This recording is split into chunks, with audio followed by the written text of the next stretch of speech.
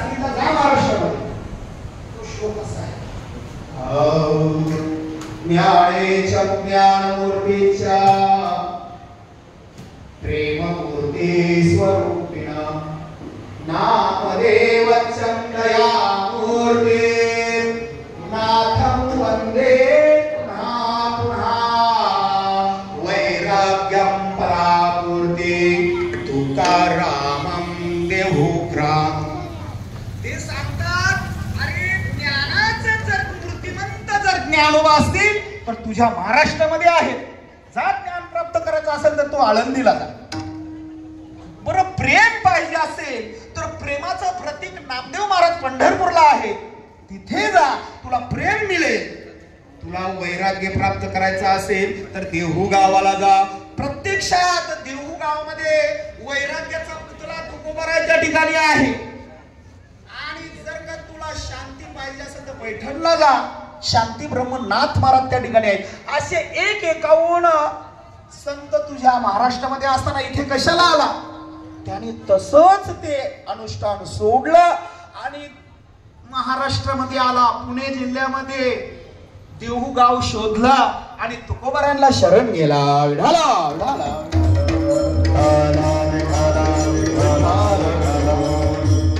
असे एक संतांच्या एका एका कर्तृत्वाने हा संप्रदाय अशा प्रकारे तयार झालेला आहे.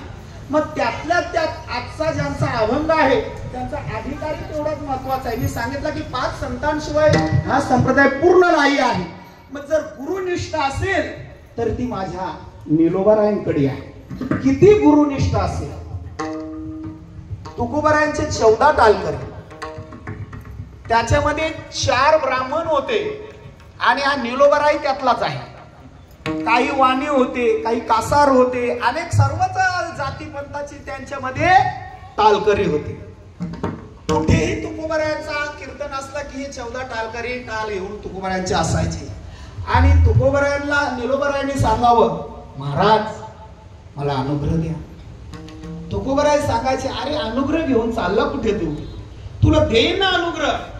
अनुग्रह दिल्याशिवाय मी जाणार नाही. आणि परिस्थिती अशी घडली का एक दिवस प्रत्यक्ष देवाचा निरोप तुकोबारायांना आला. आपुल्या माहेरा जाईन मी आता, निरोप या संता हाती आला. आणि तुकोबाराय आनंदाने उड्या मारायला लागला. देवाचा निरोप, वैकुंठाला जायचं आहे. सर्व ग्रामस्थांना सांगतात, चला माझ्या बरोबर वैकुंठाला. पत्नीला सांगतो, चल माझ्या बरोबर वैकुंठाला. पत्नी सांगतो, तुमचं रोजच वैकुंठ, तुमच्या मागे येऊन माझं कसं काय व्हायचं? माझी ती म्हैस गाभण आहे, ती वेली तर तिचं कोण काम करेल?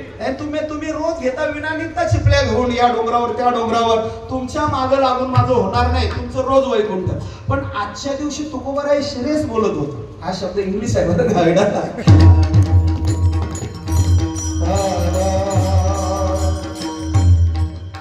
शक्यतो आपल्याला इंग्लिश जमत नाही, कधी कधी इंग्लिश शब्द निघतो मुखातून, नाही का? परंतु काही तर अर्धा कीर्तन इंग्लिश मध्येच करतात. आता सामान्य माणसाला ती भाषा काय करणार आहे? तुकोबारायांनी पत्नीला सांगावा, वाढवेला झाला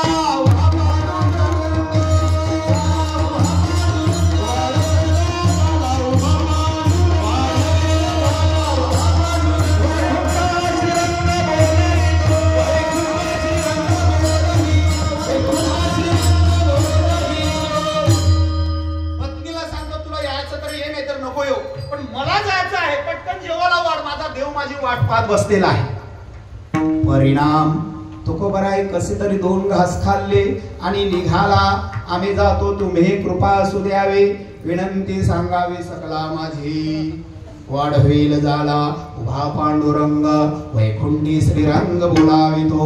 आणि असं करीत सर्वांचा निरोप घेऊन देहू गावच्या बाजूला गेले, इंद्रायणीच्या तीरावर.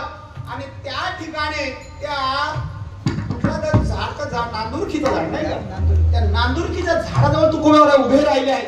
देव आलेले आहेत विमान घेऊन. आणि परिणाम झाला, कलीच्या काळा माझे अद्भुत वर्तविले. प्रयाण काली देवे विमान पाठविले. मानव देह घेऊन या निज धामा गेले. निलामणे सकला संता तो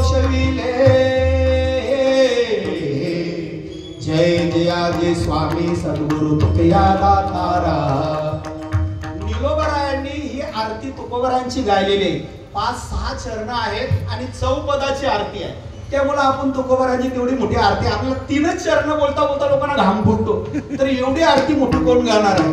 मग ह्या आरतीचा शेवट हा आहे. कळीच्या काळामध्ये अद्भुत वर्तले, एक घटना विशेष घडली आणि प्रत्यक्ष देवाने विमान तुकोबरायांना नेण्यासाठी पाठवला. तुकोबरायांना घाई झाली, परंतु विमान काही खाली उतरत नाही, लँडिंग होत नाही. कारण पूर्वी त्यावेळेला विमानतळ नव्हती किंवा एखादा हेलिकॉप्टर उतरण्यासाठी तो हेलिपॅड बनवायला लागतो, तेही नव्हता त्यावेळेला. आता तो विमान आधांतरित राहिला, त्याला चढायला शिडी पण नव्हती. मग तुकोबराय त्याच्यामध्ये आवरून होईल कसा. तुकोबरायशी उडी मारून चढायचा प्रयत्न करतात, विमानामध्ये चढतच नाही. मग काय करावं. संपूर्ण जगाला जो काल खातो ना त्याला देवाने पुढ्यात तुकोबरायांच्या ओढला आणि त्याच्या डोक्यावर पाय देऊन तुकोबराय वर चढला.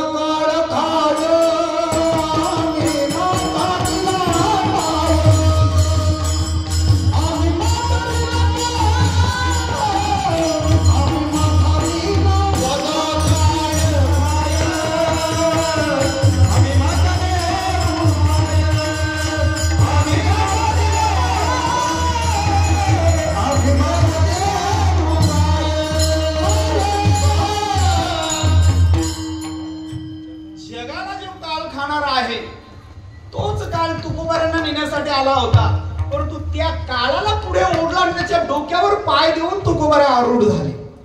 एवढा अधिकार तुकोबरायांचा. सगळीकडे बोंबाबोंब झाली. तुका तुकासी तुकला, तुका तुका होणे निराळा. अशा प्रकारे संपूर्ण जगामध्ये वाच्यता झाली. तुकोबराय वैकुंठाला गेले, तुकोबराय वैकुंठाला गेले. आणि ही वार्ता निलोबरायांना त्यांच्या पारनेर गावामध्ये कळाली. आजचा पारनेर गाव हा अहिल्यानगर मध्ये आहे बरं का. त्याला आपण पहिले कोणता नगर बोलायचो. अहमदनगर. अहमदनगर नाही बोलायचा, अहिल्यानगर बोलायचा. आता कधी कधी अजून परत लोकांची ती चढ बसलेली ना, ते अजून परत ते औरंगाबादच बोलतात. अरे कशाला औरंगाबाद बोलायचा.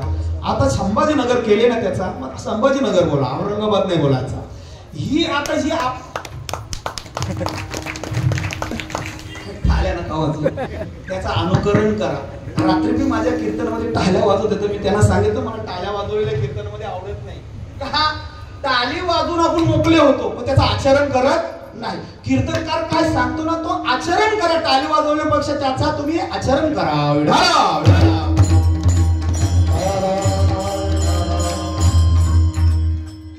हल्ली सुद्धा आपल्या मुंबईला त्या बोरीबंदरच्या रेल्वे स्टेशनला काय नाव बोलतात लोक.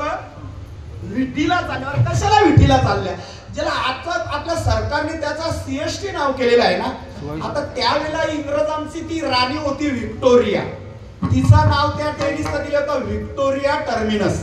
आलं का लक्षात. त्याचा शॉर्टकट नाव व्हिटी. बरोबर का. कुठे चाललो. व्हिटीला चाललो. मग तो नाव काढून आपल्या सरकारने छत्रपती शिवाजी महाराज टर्मिनस केलेला आहे. मग सीएसटी बोला ना त्याला. अजून परत लोक व्हिटीच बोलतात. आणि हे शब्द विसरून जा.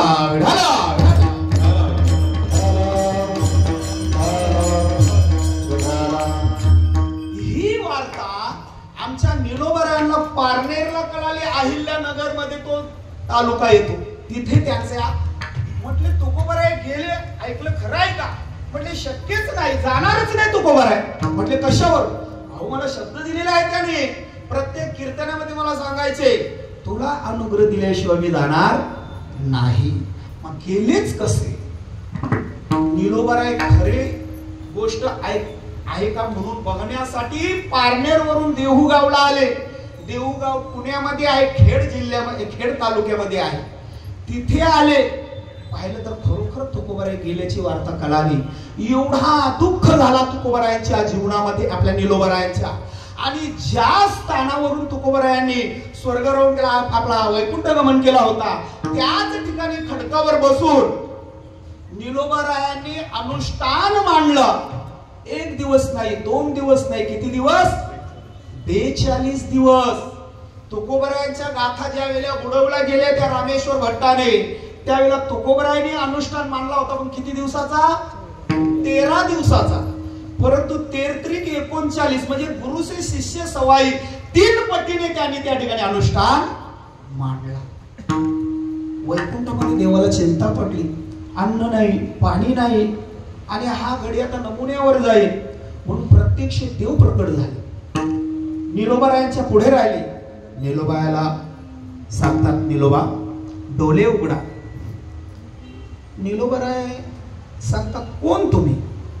म्हटले, तू मला ओळखलं नाही? अरे बाबा,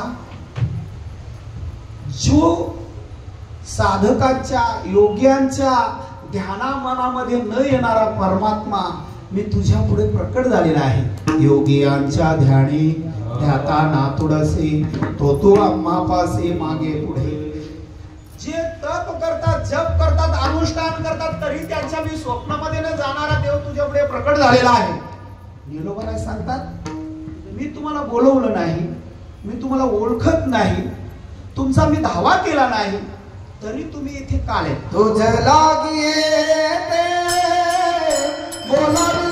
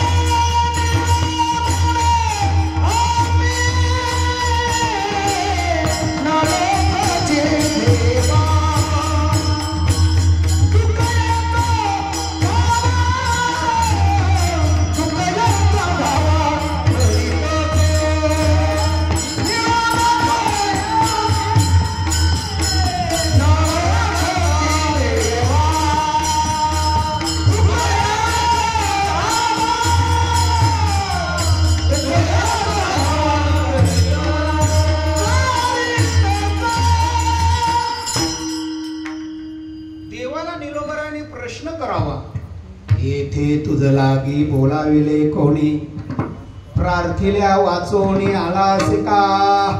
देव खजील झाले, देव शरमले. कारण ज्याच भक्तांनी माझ्यासाठी 12-12 हजार वर्ष तप केले तर त्यांना मी भेटायला नाही गेलो, याला मी फुकट भेटण्यासाठी गेलो तर यांनी माझा अपमान केला. बघा, एखादा सामान्य मनुष्य असेल, त्याच्या घरी जर एखादं लग्न कार्य असेल तर गावचा सरपंच विचार करतो, बिचारा गरीब आहे, याला थोडीशी आपण मदत करावी, याच्या कार्यामध्ये सहभागी व्हावं, याला आनंद होईल म्हणून तो मिरवतो अंगठी. ए भातवाले इकडे या, ए पाणी पाणी इकडे इकडे बघा.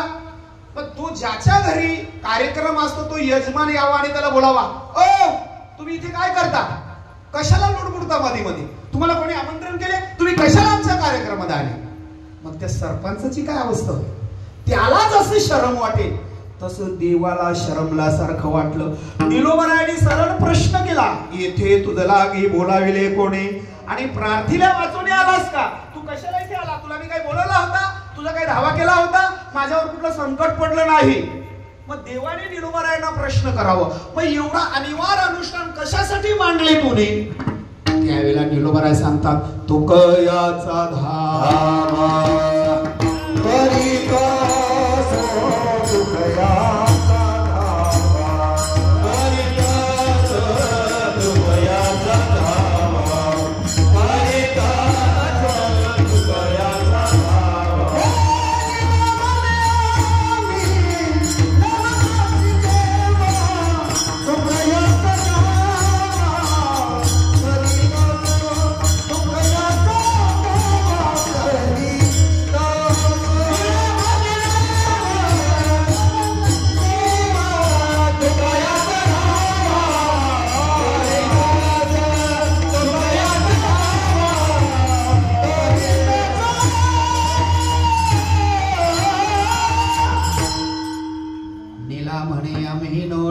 देवा तो कयाचा धावा करीत असो.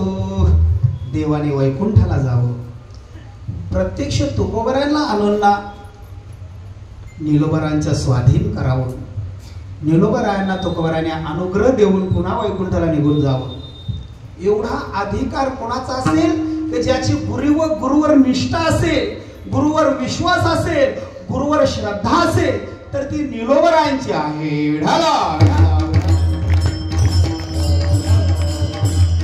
असे 5 संतांचे 5 प्रकारामध्ये आपला अपास परमार्थ पूर्ततेला जात असतो.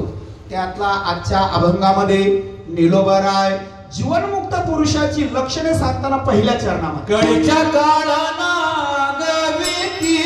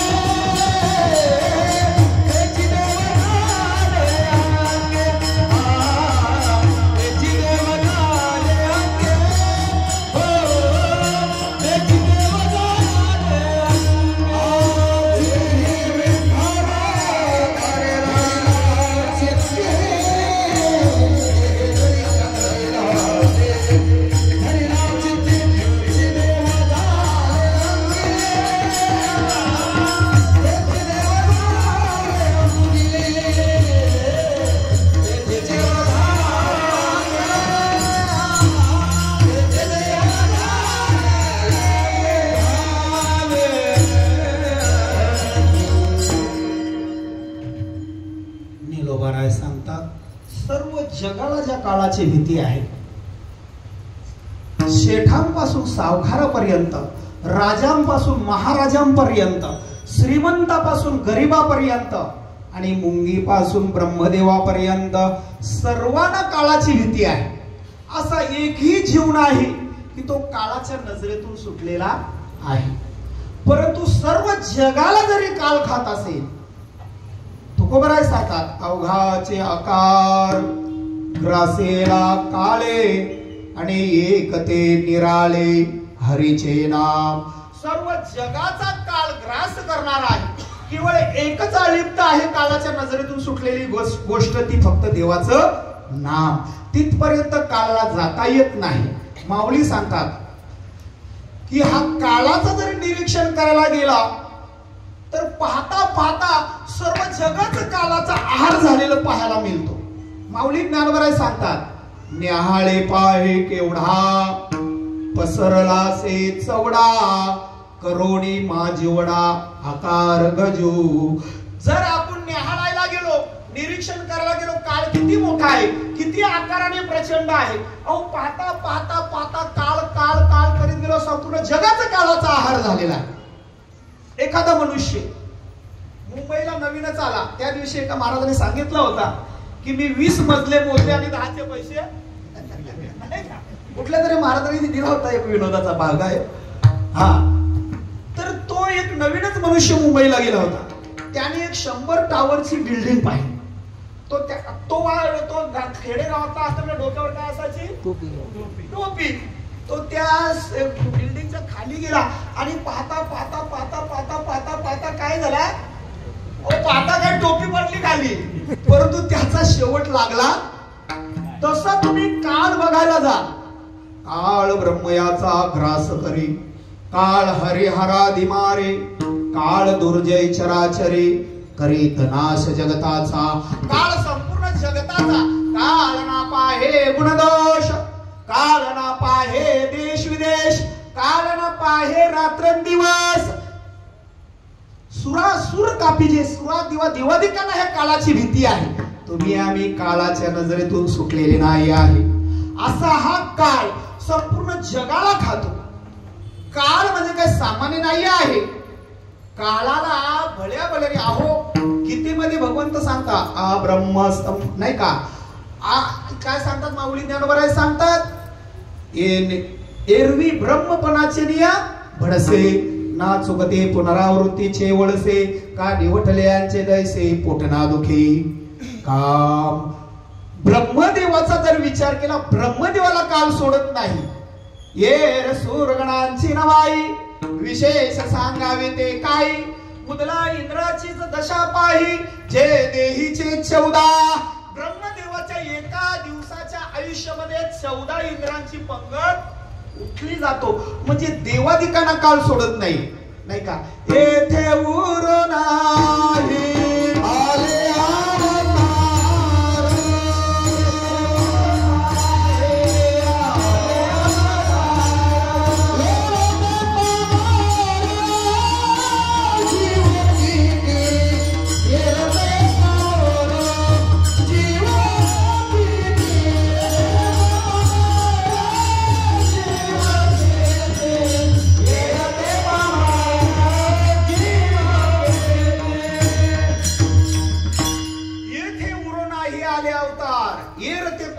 जीव किती.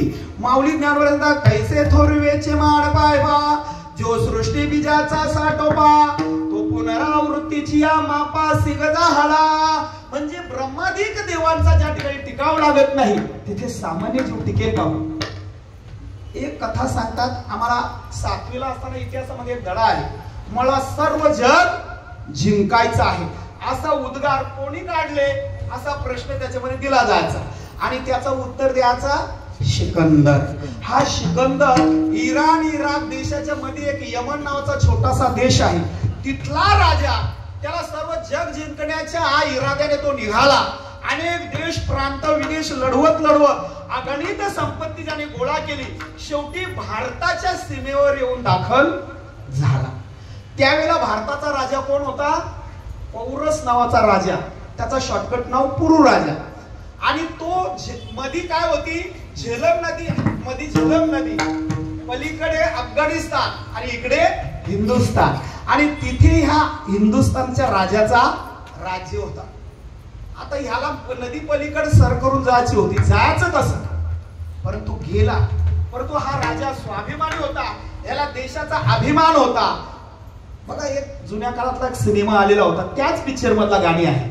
जहाँ डाल डाल पर सोने की चिड़िया करती है बसेरा ओ भारत देश है मेरा ओ भारत देश है मेरा. फार सुंदर याचे काव्य आहे. मग अशा प्रकारचा तो स्वाभिमानी राजा. दोन्ही राजांची समोरासमोर झुंज झाली. आपल्या राजाला त्याने हरवलं बंदी केलं आणि मग त्या सिकंदराने त्याला विचारलं काय रे तुझ्याशी कसा व्यवहार करू. ह्याने स्वाभिमानाने सांगितलं आमच्या भारतीय संस्कृतीची आमच्या भारतीची परंपरा आहे. एक राजाने दुसऱ्या राजाशी कसा वर्तन करावा तसा मी या हिंदुस्थानचा राजा आहे. तुम्ही माझ्याशी राजाप्रमाणे वर्तन करा. विढाला विढाला.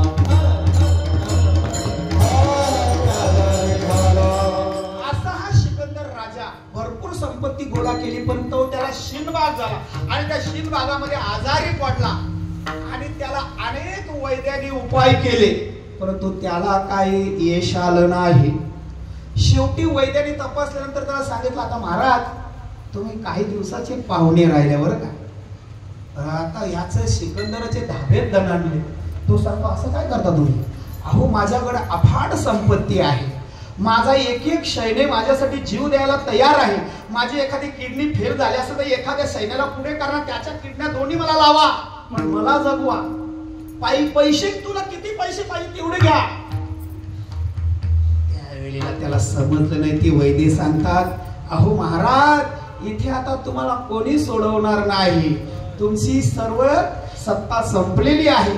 आता सत्ता फक्त त्याच्या हातात आहे. येथे ना चले काही सत्ता संपत्ती राहील ठाईच्या ठाई पुढे संचेत जाईल गहे तुका म्हणे तै यमाज्ञा. अरे तुला आता यमाशिवाय दुसरा कोणीच वाली खाली राहिला नाही, तुला आता जावं लागेल. मग आता काय करावं? मग त्या सिकंदराने आपले जे काही विश्वासू मंत्री होते त्यांना बोलावलं, अर्जंट अशा प्रकारे सभा बोलावली आणि त्यांना सांगितलं एक काम करा, मी आता मरणार आहे, परंतु माझा मृत्यूपत्र ताबडतोब लिहून घ्या. आणि त्या ठिकाणी लिहिला गेला वकिलाकडनं मृत्यूपत्र, आणि त्याच्यामध्ये सांगितलं मी यदा कदाचित मेलो तर माझी ज्यावेळेला अंत्ययात्रा काढाल त्यावेळेला आपल्याकडे कशा असतो अंत्ययात्रा, त्याला 3-3 ठिकाणी बांधून ठेवतात. एखादं मला उठला तर तटक्यावरून तर यांनी सांगितलं माझे हात कसे ठेवा, असे दोन्ही खुल्ले ठेवा आणि माझी प्रेत यात्रा काढा. पण करताना एका बाजूला घोडदळ, पायदळ, हत्तीदळ, उंटावरचे सैनिक, तोफा, पाठीमागे अनेक प्रकारचा जेवढाही सैन्याचा लवाजमा असेल ती एका बाजू रांग लावा. एका बाजू गाड्यांवर सगळं संपत्ती भरा, मग हिरे माणके सोनं नाणं जे काही असेल त्याने गाड्या भरा आणि अशी माझी मोठ्या आणि याच्यातून यात्रा काढा, अंत्ययात्रा. निघाली सांगितल्याप्रमाणे तो मेल्यानंतर यात्रा काढली. तिथून एक साधू चालला होता आपले बरेच शिष्य घेऊन. त्यातला एक शिष्य सांगतो पहा पहा गुरुदेव पहा, सिकंदर मेला परंतु जगाला दाखवतो एवढे माझे हत्ती आहेत, एवढं माझं सैन्य आहे, एवढं माझं सामर्थ्य आहे, एवढं माझं ऐश्वर आहे, वैभव आहे. गुरु सांगतो अरे वेड्या, तुला त्यातला तत्व कळाला नाही. सिकंदरला हे दिग्दर्शन करून द्यायचं नव्हतं एवढा माझ्याजवळ आहे, त्याला एकच सांगायचं आहे अंतकाळी मी परदेशी ऐसे जाणोनी मानसे म्हणून या ऋषिकेशी शरण तुझालो. अरे अंतकाळाला ह्याचा काही उपयोग नाही आहे, कारण येथे कुठल्याच प्रकारचा ह्या मृत्यू लोकांमध्ये उपयोग नाही आहे. मग एवढा मोठा सिकंदर असणारा राजा त्याला सुद्धा कालाने सोडलं नाही, म्हणून जगाला काळ खाणारा परंतु तो आमच्या संतापुढे नतमस्तक होतो. म्हणून निलोबराय सांगतात की काय सांगतात पहिल्या चरणामध्ये, कलीच्या काळा नागविती जे हे विठ्ठल धरला चित्ती. पण काळावर कोणाची सत्ता आहे की जो नामस्मरण करणारा, जो चिंतन करणार आहे त्याच्यावर काळाचा प्रभाव चालत नाही. अन्य तुम्हाला काळ सोडणार नाही आणि नामस्मरण करणारा ती काळ सोडणार नाही. परंतु परिस्थितीप्रमाणे काळ सज्जनाची कशी अवस्था करतो, दुर्जनाची कशी अवस्था करतो ती तिथे गेल्यानंतर मारती झोडीती तोडीती निष्ठूर यमाचे किंकर बहुसाळ. परंतु एखादा सज्जन गेला तर यम धर्म वाट पाहे निरंतर जोडोनिया कर तिष्ठ तसे. प्रत्यक्ष यम धर्म त्या साधकाची त्या सज्जनाची वाट पाहतो आणि त्याला चांगल्या प्रकारे त्याला आसन देतो. मात्र पातके करिता पुढे आहे पुस्तक, करिता पुढे आहे पुस्तक, करिता पुढे आहे पुस्तक, करिता पुढे आहे पुस्तक. काय उत्तर देता होशील तू, उत्तर देता होशील तू, देता होशील. नाथ महाराज सरळ हरिपाठामध्ये प्रश्न विचारतात, पातके करिता पुढे आहे पुस्तक. तुम्हाला वाटत असेल मी गपचूप सगळं करतो, अरे तुझी नोंद सगळी त्याच्या ठिकाणी आहे. त्या ठिकाणी तुला जाब विचारला जाईल, मग तो विचारताना तुला त्याच्या प्रश्नाचं उत्तर देता आलं पाहिजे. नाहीतर याची टोपी त्याच्या डोक्यावर, त्याची टोपी ह्याच्या डोक्यावर, सगळ्यांच्या टोप्या ह्याच्या डोक्यावर, मग तो तिथे विचारतो. नाथ महाराज सांगतात अरे हरिवेन कोणी नाही सोडविता आणि पुत्र बंधू कांता संपत्तीची. ही फक्त संपत्ती पुरती तुझ्या मागे आहे, तुला कोणी काळाच्या कचाट्यातून सोडवणार नाही, कोणीच सोडवणार नाही. मात्र हरिभक्त हे निर्धास असतात, निर्भय असतात, कारण त्यांना माहिती आहे काय आम्हा हरीच्या दासा काय भय नाही त्रैलोकी. आम्हाला देव उभा मागे पुढे उजवी पोडी संकटे, आम्हाला कालाची भीती नाही, आम्हा भय नाही चिंता धाक. जन्म मरण काही एक झाला इहलोकी परलोक. आले सकालिक वैकुंठिगा वैकुंठिगा वैकुंठिगा. आम्हा भय नाही चिंता धाक, जन्म मरण काही एक, आम्हाला काही काळाची भीती वाटत नाही. बघा एक दृष्टांत दिला जातो, आपण आता 5 मिनिटांमध्ये आपले शेवट संपले, कारण अभंगाच्या पहिल्याच चरणावर आपण आता आलो. परंतु आता जर पूर्ण सोडवायचं असेल तर अजून 2 तास पाहिजे, परंतु आपण तेवढं सोडवणार नाही. तर माऊली ज्ञानोबा त्यांचे बंधू निवृत्तीदादा सोपान काका आणि मुक्ताई एका भिंतीवर अशी बसली होती. आता बसल्यानंतर तेवढ्यात काल त्या ठिकाणी येऊन उभा राहिला. कालाने हात जोडले, विचारलं नाही काय चाललंय कसं काय म्हणून. हा एकदम निमूटपणे उभा आहे. आमच्या निवृत्ती दादाने त्याला 2 बोटं दाखवली. कालाने एक शब्द न करता तसाच निघून गेला. त्याने विचार केला की माऊलीनं अजून 2 वर्ष जगण्याची इच्छा असावी, म्हणून काल काही न बोलता पुन्हा 2 वर्षांनी त्या ठिकाणी हजर. मग आमच्या सोपान काकाने 2 बोटं दाखवली. पुन्हा काल निघून गेला. ज्यावेळेला 3ऱ्यांदा काल आला ना, त्यावेळेला आमच्या मुक्ताईला राग आला. अरे म्हटले काल तोंड्या, मूर्खा तुला अक्कल आहे का? 2 बोट याचा अर्थ काय? 2 वर्ष, 2 कल्प, 2 युग? अरे नाही. चंद्र सूर्य जोवरी चंद्र सूर्य तोवरी कीर्ती घट असतील. जोपर्यंत चंद्र सूर्य जगामध्ये आहे तोपर्यंत तुम्ही आमच्या माऊलींकडे करड्या नजरेने पाहायचं नाही. हरिपाठामध्ये माऊली ज्ञानोबा सांगतात, नित्य सत्यामित हरिपाठ जासी. नित्य सत्यामित हरिपाठ बळी काळ काशी न पावे तुझे. बळी काळ काशी न पावे तुझे. हरी मोठे म्हणा, हरी मोठे म्हणा, हरी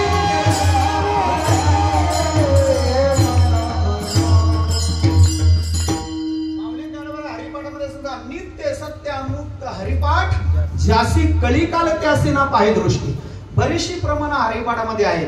ज्ञानदेव मंत्र, हरिनामाचे शस्त्र आणि यमे कुलगोत्र वर्जिले, किंवा नारायण हरी उच्चार नामाचा तेथे कलिकालाचा रिघ नाही. अशी कितीतरी प्रमाण तुम्हाला देता येतील.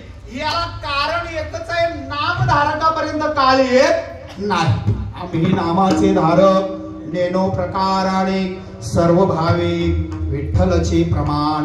आम्हाला विठ्ठलाशिवाय काहीच आमच्या जीवनामध्ये नाही आहे आणि नामधारक आहोत. आणि नामधारकापर्यंत येण्यासाठी देवाने त्या यमाला काही नियम लावून दिले. कोणते कोणते नियम झाले?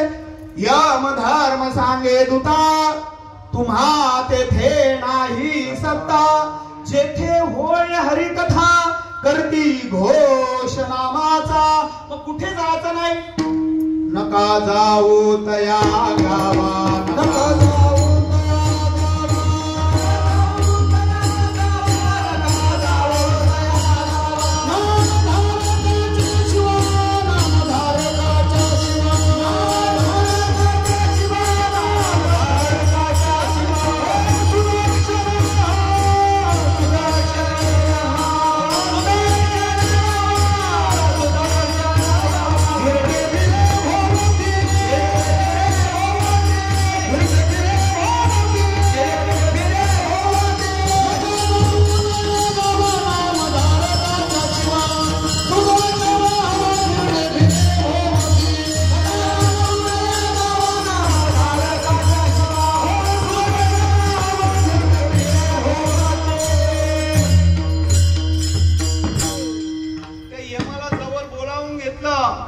आणि देवाने नियमावली लावून दिली. यम धर्माला सांगतात देव. यम धर्म सांगे दूता. यमदूता सर्व यमदूताला देवाने नियम सांगितलेले यम धर्म दूतांना सांगायला लागला. कुठे कुठे जायचं, कुठे कुठे जायचं नाही. तेथे नाही तुम्हा सत्ता जेथे होय हरी कथा सदा घोष नामाचा. अशा ठिकाणी जाऊ नका. नका जाऊ तया गावा नामधारकाच्या शिवा सुदर्शन यावा घरटी फिरे भोवती. ज्या गावामध्ये सत्ता चालू असते, नामस्मरण भजन चालू असतो, नाम घोष चालू असतो, त्या गावाच्या भोवती अशा प्रकारचा सुदर्शन चक्राचा कवच देवाचा असतो. यमाला त्या गावामध्ये शिरता येत नाही, कारण तो चक्र असतो त्याच्या पाठीमागे लागतो, त्याला हाकलून देतो तिथून. मग अशा प्रकारचा नामधारक निर्भय आहे म्हणून सर्व जगाला जो काळ खातो तो काळ आमच्या संतांना खात नाही. म्हणून कलीच्या काळा नागवेती जे हे विठ्ठल धरला चित्ते. ज्याने विठ्ठलला मात्रा धारण केलेली आहे ना त्याला काल स्पर्श करीत नाही. मग तो साधक कसा असतो दुसऱ्याच्या त्याची देव झाले अंगी, त्याची देव झाले अंगी, त्याची देव झाले अंगी, त्याची देव झाले अंगी, हो त्याची देव झाले अंगी, त्याची देव झाले अंगी, त्याची देव झाले अंगी, त्याची देव झाले अंगी.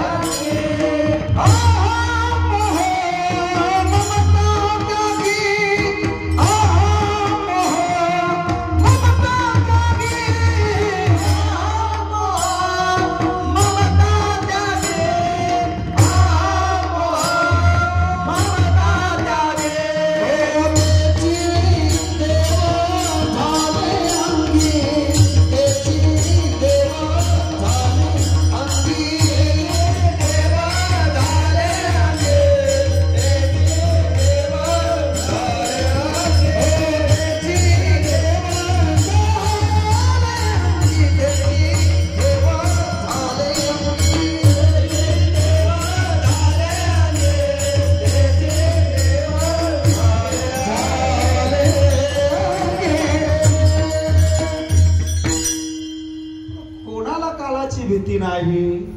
त्याच्यामध्ये लक्षण निलोबराय सांगतात. तेची देव झाले अंगे अहम मोह ममता त्यागे.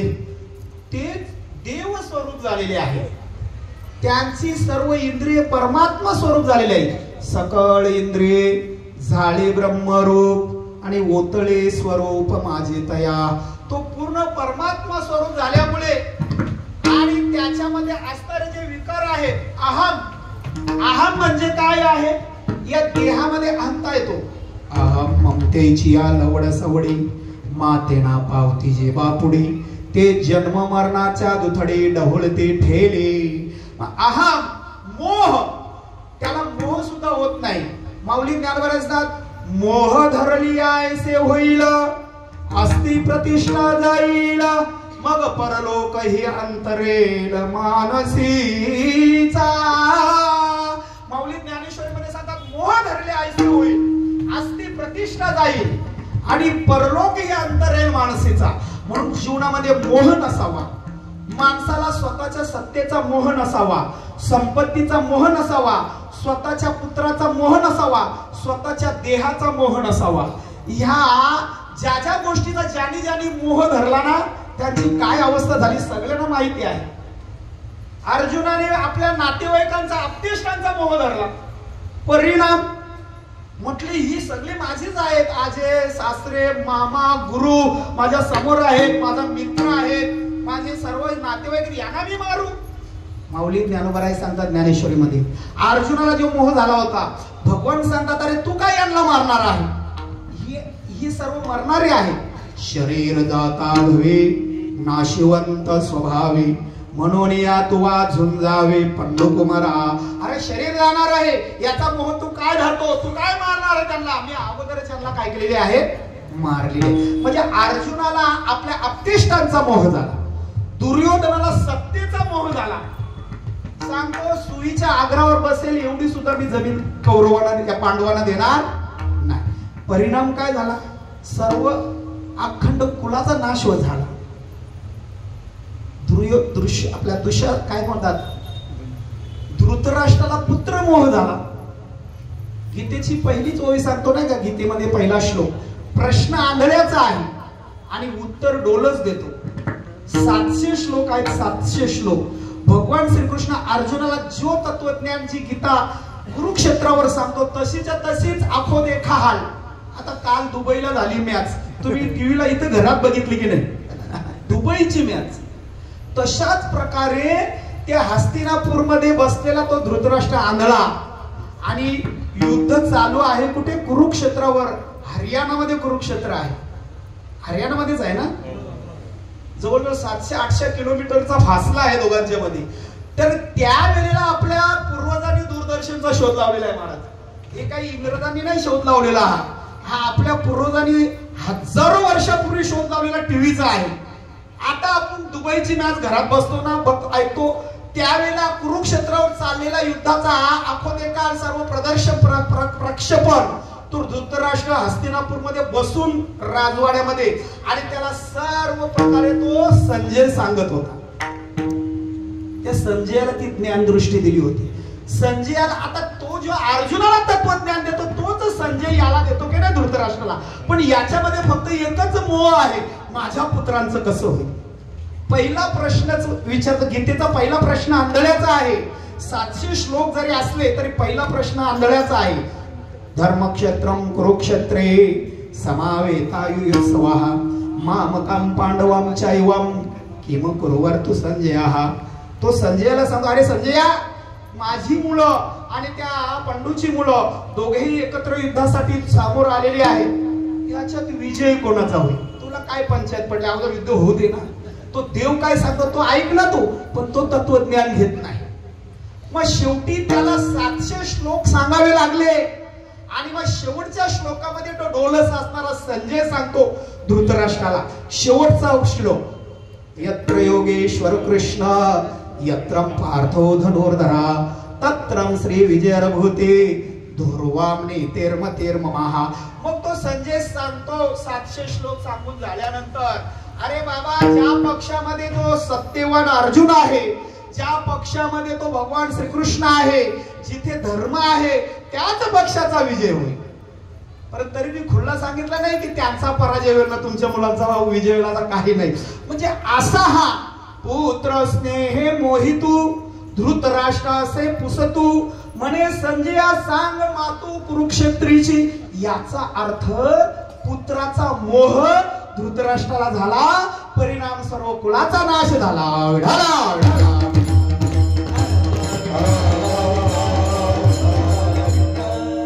आपली गाडी पुढे चाललेली आहे, आवरायला लागेल.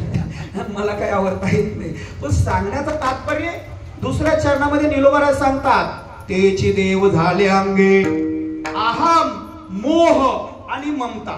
ही संतांच्या जवळ नसतं. मी माझे आणि तुझे न धरी टाकी परती ओझे भाव बळे फळती बीजे बाप रखमा देवी वराची. म्हणजे मी तूपणा आपल्यामध्ये संतांमध्ये येत नाही आहे. कारण माऊली ज्ञानवराज सांगतात, मी माझ्या आठवण विसरले जयाचे अंतकरण तो संन्यासी जाण निरंतर धनंजया. म्हणजे मी माझी आठवण ज्याने विसरला ना, मग तो संन्यासीच झाला. त्याला घरदार सोडायची गरज नाही आहे. त्याने फक्त अहम मोह आणि ममता याचा त्याग केला की तोच देव होतो. म्हणून तुकोबा निलोबराय सांगतात, तेचे देव झाले अंगे अहम मोह ममता त्यागे. मग त्या संतांनी ज्या देवाचं भजन केला त्याचा मोठ्या प्रेमाने भजन करा विठोबा.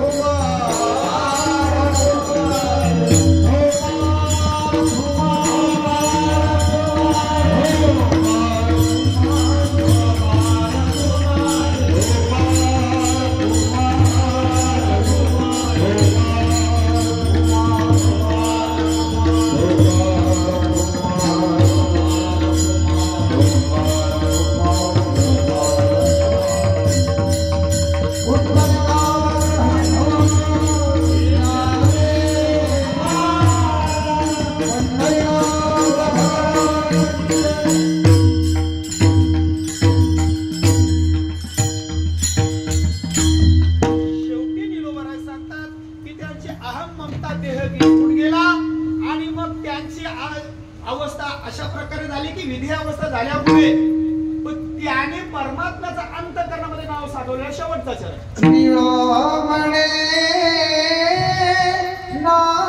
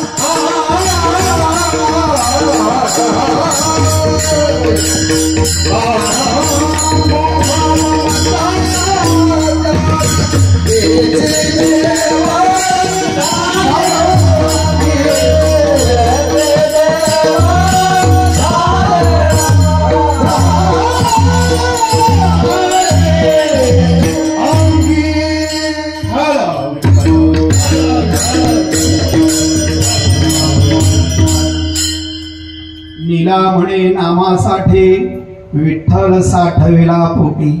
आता हे काही चरण सांगायची गरज नाही, कोणी कोणी साठवला सगळ्यांना गोष्टी माहित आहेत. सर्व संतांनी देवाला साठवलेला आहे. जनाबाईने साठवला हृदयामध्ये, आमच्या सावतामाल्याने देवाला साठवला, आमच्या हनुमंताने देवाला साठवला. साठविला हरी जे हे हृदय मंदिरी त्यांची सरलीर धार झाला सफल व्यापार.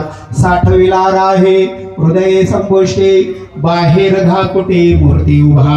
असा परमात्मा ज्याने साठवला ते संत निरोबर सांगतात. नीला म्हणे नामासाठी विठ्ठल साठविला होती, तेचे देव झाले अंगी अहम मोह ममता त्यागी.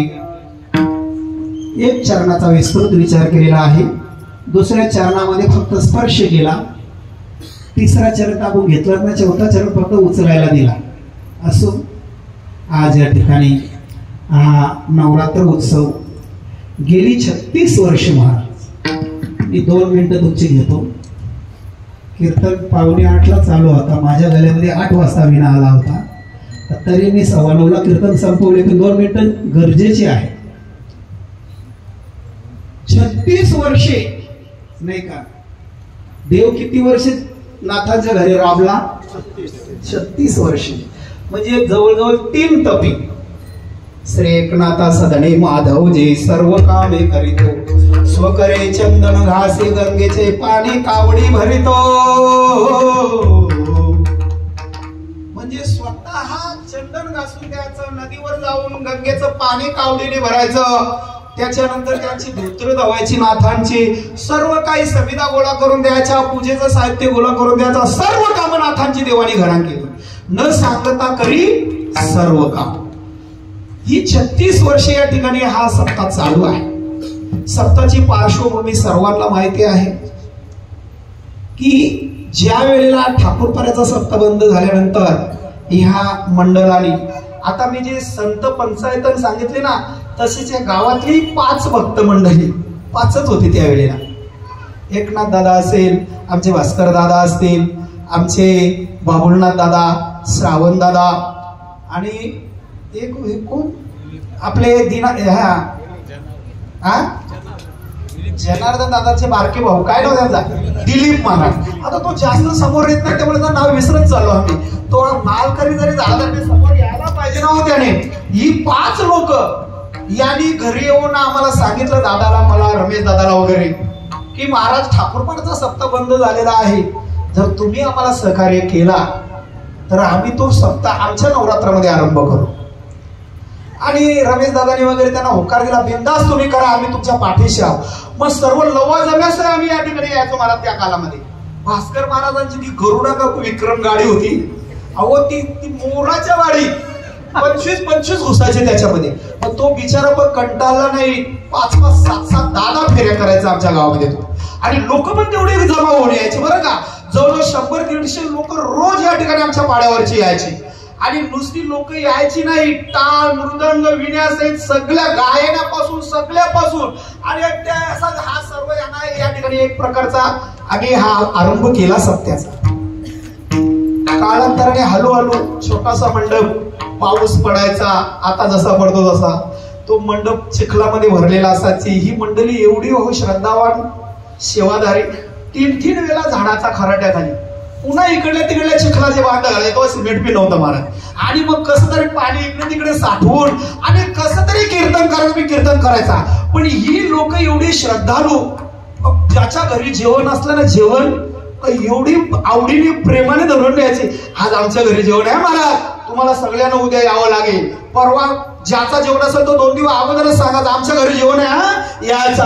आणि लोकही त्यांच्या घरी भावनेने जाऊन जेवायचे बरं का, आणि भावनेने हे करतात. आणि असा जवळजवळ 15-20 वर्ष आम्ही ही सेवा केली. पण कालांतराने तेव्हा किती हो, आमच्या गावातली 100-150 लोक, तुमच्या गावातली 10-15 बाया बसल्या तर बसल्या, आणि 5-25 हे पुरुषाचे हे 5 जण, आणि आणखी 2-4 जण जोडीला. याच्या पलीकडे गावामध्ये सप्ताह नव्हता, माहितच नव्हतं कोणाला सप्ताह. तिकडे धिंगाणा चालायचा दुर्गाव मंदिर, पण इकडे सप्त्याला जी मोजकीच लोक. परंतु कालांतराने ह्या सप्ताहाला कलाटणी आली आणि तो चांगला नावारूपाला यायला लागला. मंडळाकडे पैसे यायला लागले, मंडळाने मंडपाचा काम वाढवायला सुरुवात केली. मोठे मोठे चांगल्या प्रकारचे वक्ते बोलवले, गायनाचार्य आमचे असणारे दशरथ महाराजांसारखे गुणीजन कलाकार बोलवले गेले. सप्ताह नावारूपाला यायला लागला. तसं जे अन्नदाते आहेत ना, त्यांच्यावर पण प्रभाव पडायला लागला. महाराज, आमच्या गावामध्ये ते सप्ताह होतो. आम्ही जे भोजनदाते, आम्ही सरळ सांगतो मीटिंग मध्ये, रमेश दादा वगैरे, आम्ही हा जो जेवणाचा जो का खर्च आहे ना, हा एकट्या दुकट्याचा नाही आहे महाराज. याच्यासाठी संयुक्त एकाला 2-2, 4-4 लोक घ्या आणि तुम्ही सामुदायिक अशा प्रकारे खर्च करतो, तुम्ही जेवणाचा कार्यक्रम भागवून घ्या. परंतु या ठिकाणी मी पाहतो जवळजवळ 36 वर्षे हीच 2-4 लोक अन्नदान करतात. आणि हा सप्ताह तर नावारूपाला यायला लागलेला, लोक रोज हजारोच्या संख्येने यायला लागली, त्याच्यावर परिणाम व्हायला लागलेला आहे. म्हणून माझी एक विनंती आहे, एकनाथ दादा, तुम्ही एक काम करा, तुम्ही आता किती वर्ष अन्नदान करा, तुम्ही दुसऱ्याला चान्स द्या ना मोका. कारण बघा, भास्कर महाराज ही जी जवळ आहे ना, 36 वर्ष हीच लोक अन्नदान करतात. मग यांना मी सांगतो की तुम्ही दुसऱ्या नवीन लोकांना पुढे करा आणि त्यांना अन्नदानासाठी पुढे घ्या. आणि त्यांना एकाला नका देऊ, 2-3, 4-4 जणांनी संयुक्तपणे तो खर्च करा, जेणेकरून, कारण आता खर्च महाराज 50च्याही पुढे जातो एकेका अन्नदानाचा. म्हणून एक माणसाला परवडत नाही. तर मी तुम्हाला सांगतो की तुम्ही आता नवीन अन्नदाते आणि गावातली काही दानशूर व्यक्ती आहेत, त्यांनी पुढे या आणि स्वतः सांगा की मला या वर्षी पंगत द्या. आता या वर्षी तर दुष्काळात 13वा महिना, सप्ताह 9 दिवसाचा 11 दिवसाचा आला, पंगत वाढली आहे, म्हणजे पंक्तीला कोण पुढे येणार आहे. म्हणून त्यासाठी गावातले तरुण असतील किंवा जे कोणी असतील गावातले जे उद्योगपती, त्यांनी पुढे या. आणि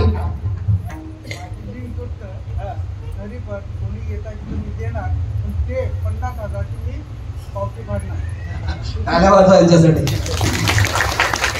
त्या तुम्हाला ऐकायला आला नसेल की मी सांगतो त्यांचा शब्द.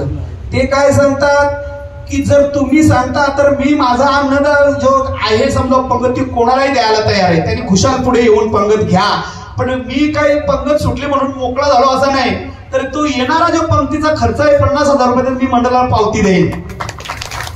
पण असे पुढे या, कारण बघा आम्हाला आमच्यावर त्यांनी सोपवलं होता सर्व की हे तुम्ही करा ती पूर्व दिशा. आणि जवळजवळ या व्यासपीठावर मी आज 26 वर्ष झाले मी कीर्तन करतो. आलं लक्षात? पहिली सुरुवात मी शेतावर होतो, कापणी कापाला, त्यावेळेला पाऊस असा पडत नव्हता, तेव्हा आम्ही शेता कापाला येत असतो. आणि शेतावर कापणी करण्यासाठी 2-4 लोक शेतावर आले भेटायला मला. असेल ना भास्कर, मला आठवण तुम्हाला, घामाघूम झालेलो मी, हातामध्ये विला होता. आणि जसे आपल्या पितरांच्या अगोदरची गोष्ट आहे, तेव्हा एवढं काही 1-2 महिने अगोदर नियोजन नसायचा. 2-3 दिवसावर जे मिळतील ते कीर्तनाला लावून कीर्तन करायचा. ही सांगायला लागले, महाराज तुम्हाला कीर्तन करायला लागेल. अरे मी अजून प्रवचन केलं ना, कीर्तन कसं काय करणार?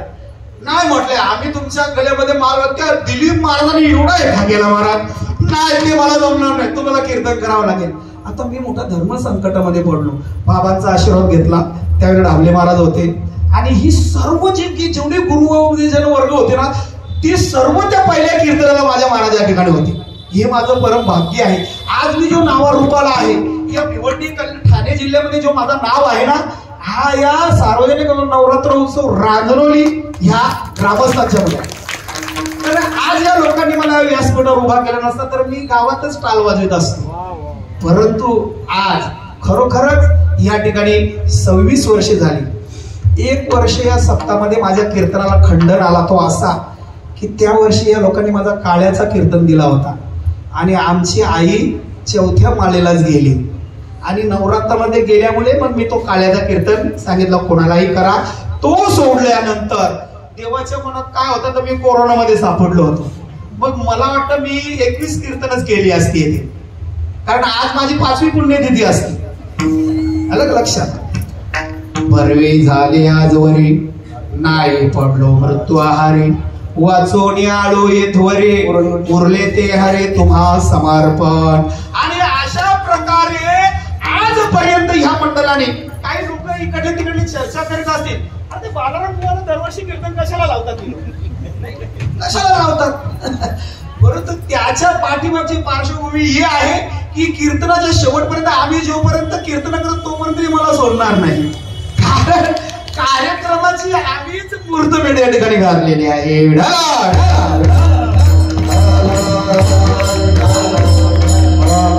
आणि म्हणून आजचा सेवेसाठी अभंग हा निलोबरायांचा होता.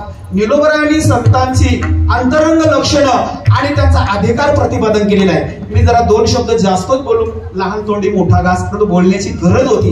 कारण 5 लोकांनी आरंभ केलेला महाराज, पण आज या गावामध्ये जसा काय एखाद्या उत्साहासारखा महोत्सवासारखा वातावरण निर्माण होतो 9-10 दिवस. महाराज मोठ्या मोठ्या गावामध्ये, बाबा तुमच्याही गावामध्ये सप्ताह होतो टेमगरपाडा भादवडला, पण हे लोक नाका बंद करू शकत नाही, तिथे सगळी तोडफोड चालू असते. परंतु कोण गाववाल्यांचा सुद्धा सप्ताह आहे, परंतु तिथे त्यांना नाका बंद करता येत नाही. पण या रांजाली गावची विशेषता आहे की सर्व गाव 9 दिवस शाकाहारी राहतात. काही का असे ना, या उद्देशाने का होईना, पण ते नवरात्र पाळतात. म्हणजे यांना कमीत कमी या सप्ताहाचा अधिकार, महत्व तरी पटलेला आहे की नाही. कमीत कमी आपल्या गावामध्ये 9 दिवस संत येतात, आम्हाला चांगल्या प्रकारचं वक्तव्य ऐकायला भेटतो, चांगलं मार्गदर्शन होतो, चांगल्या प्रकारचं कानावर ऐकायला भेटतो, मस्त प्रसाद रोज खायला भेटतो. या सर्वाचा परिणाम गावामध्ये असा निर्माण झाला की एवढी महिला मंडळ याच्यासाठी आल्या होत्या. आज जवळजवळ 75% आज महिला मंडळाचं आरक्षण या ठिकाणी. मोदींनी तुम्हाला 50% आरक्षण दिलेलं आहे बरं का, पण तो 2029 ला भेटेल, आता नका. कारण त्यांनी तो जो पास करून घेतलेला ठराव 50%, तो 2029 ची निवडणूक आहे ना पुढची, तेव्हा लागू होईल तो. तर तुम्हाला 50% आरक्षण दिलेलं आहे, पण तुम्ही 75% या ठिकाणी हजर आहात. अशाच प्रकारे राजांच्या पूर्वीने बोलण्याचा प्रयत्न केला. या ठिकाणी आमचे गुरुवरे चिदानंद स्वामी सरस्वती आज मला वाटलं ते या ठिकाणी नसतील का, कारण ते राज्यस्थानला होते. आपल्या विठू महाराजांचा सप्ताह ज्या ठिकाणी पुष्कर तीर्थ, की जगामध्ये एकमेव ब्रह्मदेवाचं मंदिर त्या ठिकाणी आहे. अन्य ठिकाणी तुम्हाला कुठेच ब्रह्मदेवाचं मंदिर मिळणार नाही. फक्त पुष्कर तीर्थावर तो मंदिर आहे आणि त्या ठिकाणी ते होते, पण ते कधी आले मला माहित नाही, पण ते आज या ठिकाणी आशीर्वाद द्यायला येण्यासाठी त्यांचाही या ठिकाणी शतशः आभार.